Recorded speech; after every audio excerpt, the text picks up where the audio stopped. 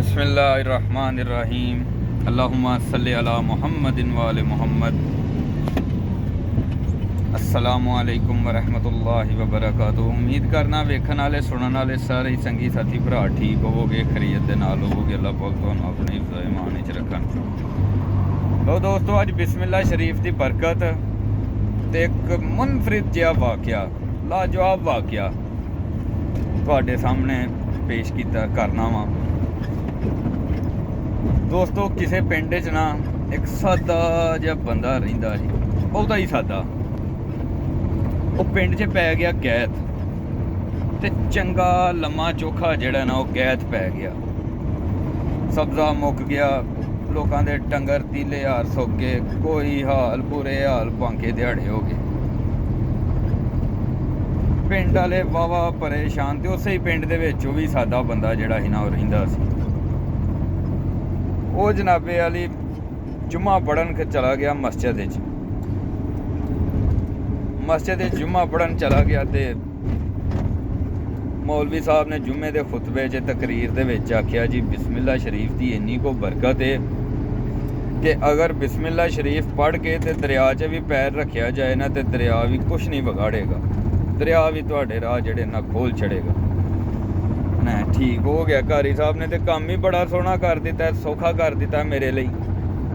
वो जनाब वापसी परत्या आके तो उन्हें ना बकरियां खोलियां अपनियां सारियां, ते दरिया दे मुढ़ चला गया।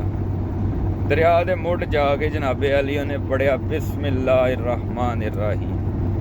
उन्हें अल्लाह ते तवक्कल कीता ते बिस्मिल्लाह ते यकीन कीता, ते दरिया दे विच जिहड़ा ना पैर पाता। वो अल्लाह के हुक्म के नाल खैर खरीयत के नाल पार गया। बकरियां चराइयां अपनियां, चंगा सब्ज़ा ही उस पार चरा चरू के तो वापसी आ गया। बिस्मिल्लाह पढ़ी, दरिया पार किया, वापसी हो गया। वो इंज ही लगा रहा वाह ओदियां बकरियां इत्थों तक लगा रहा कि ओदियां बकरियां जेहड़ियां ने ना पूरे पिंड दे नालों, बाकी पिंड च तो कैद पिया ही, ओदियां बकरियां भी सोहणियां ऐ सूतरियां मोटियां ताज़ियां हो गई चंगियां। वो जनाबे वाले पिंड वाले जेहड़े ना कोई एक ने वेख, दो ने वेख, उन्हें आख्या पूरा पिंड भुख ना मरन दिया, तेरियां बकरियां नूं मास चढ़दा जांदा, ये की गल है, तू की करना है? उन्हें आख्या करना की है? कारी साहब ने इंज ही तकरीर च आख्या कि बिस्मिल्लाह पढ़ो तो दरिया च पैर धरो, तो भावें दरिया पार करो, बिस्मिल्लाह पढ़ो तो दरिया उरा नूं आइयो। उन्हें आख्या गल तो ठीक है। वो टुरदे कारी साहब के कोल पहुँच गए। उन्हें आख्या कारी साहब क्या कहने। पिंड वाले को 5-7 जी जड़े ने ना वो कट्ठे हो गए, कारी साहब के कोल लगे गए। उन्हें जनाब कारी साहब नूं वाक़या सुनाया। कारी आप तो जसस च पै गया, हैरत च गुम हो गया कि ये गल्लां ते असीं सिर्फ तुहानूं इंज ही तनाने आ, जो भी उन्हें कोई अगू तकरीर की ते तुसीं इन्हां ते अमल करते हो, ये वो। उन्हें आख्या कारी साहब तुसीं भी चलो। कारी ने आख्या सौ बिस्मिल्लाह, ये केड़ी गल है कारी, हुण भज नहीं सकदा गल तू।